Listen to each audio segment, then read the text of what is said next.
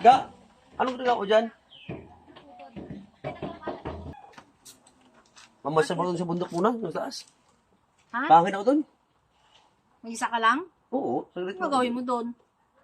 Titingin sa mga bundok. Ikaw, kung kaya mong pumunta doon, may isa ka lang. Hapon na eh. Kaya naman, wala rin lang. Ikaw, pumunta ka doon. Sabi ko doon. Kaya mo lang. Bigla umaya. Ang buhay sa probinsya rito. Asawa na.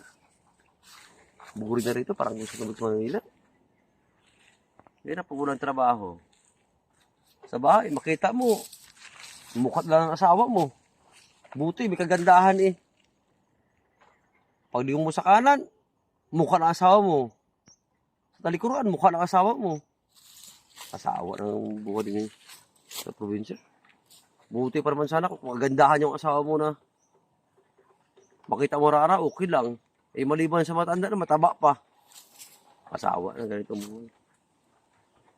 Balik na ako sa Manila kaya. Ay lang, ano dahil ako sa asawa ko balik sa Manila? Baka sabihin niya naman, iniwasan ko sa rito. Nakakaburing na rito sa probinsya niyo, Belinda. Nasawa mo sa mukha mo. Lagi na lang ang mukha mo nakikita ko. Parang gusto ko balik sa Manila. Nakasawa pa ng ugali mo.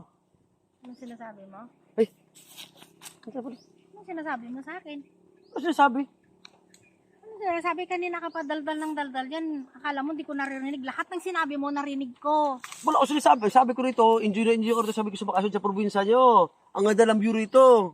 Ang ganda ng view Oo. dito. Pasigaw-sigaw ka Tapos, pa nga dyan.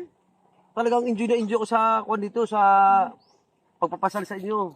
Pasyal sa inyo. Akala mo di ko narinig yung mga pinagsasabi mo. Wala. Pag wala pala ako, kung ano-anong sinasabi mo, anong sinasabi, makakasawa na yung pagmumukha ko. Wala, sabi ko ang ganda ng mukha mo. Ang ganda ng mukha Oo, mo. sabi ko. Mula simulang pinagdadaldal mo yan, nasa likod mo ako, hindi mo lang alam.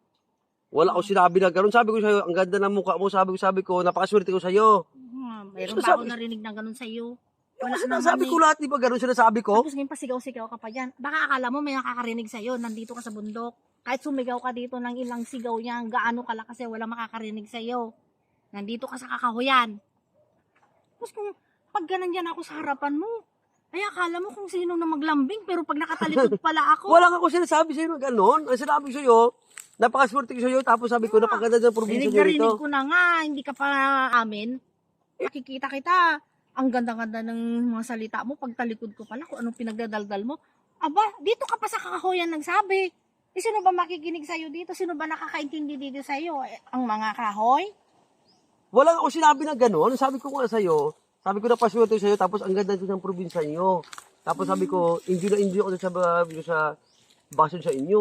Enjoy na enjoy yung bakasyon sa inyo. Mula nagsasalita Parang ayaw ko ka na nga bumalik sa likod. Manila eh. Paano mo sabihin na ayaw bumalik? Eh, gusto mo na nga bumalik, pasigaw-sigaw ka pa Wala ako sinabi na gano'n. Wala ako sinabi na gano'n, oo. Akala mo, di ko narinig ha. Eh, bahala Tarawin ka. tayo. Bukas, umuwi ka kung umuwi ka. Huwag mo hawak-hawakan. Kanina, ang dami-dami mong sinasabi, tapos ngayon nandito Wala akong tayo. sinabi na gano'n na kung sa'yo, kontra sa'yo, wala akong sinabi. Sinabi ko sabi, enjoy na enjoy ako sa bakasyon sa inyo, sabi ko. Bahala ka na dyan. Ano, antay mo? Uwi ka bukas kung uwi ka. Hindi Kung ako, ngayon dito gusto mo muna umuwi ako. Ano ka. gagawin mo sa Manila? Eh, wala ako kasama doon. Wala ka palang kasama. Eh, bakit ko anong pinagsasabi mo na? Wala akong sinabi na Sabi gano'n pa, ka sabi nila kakasawa na. Kasawa mo ko, Bindo. Wala akong Bahala ka dyan. Basta uwi ka kung uwi ka kung gusto mo.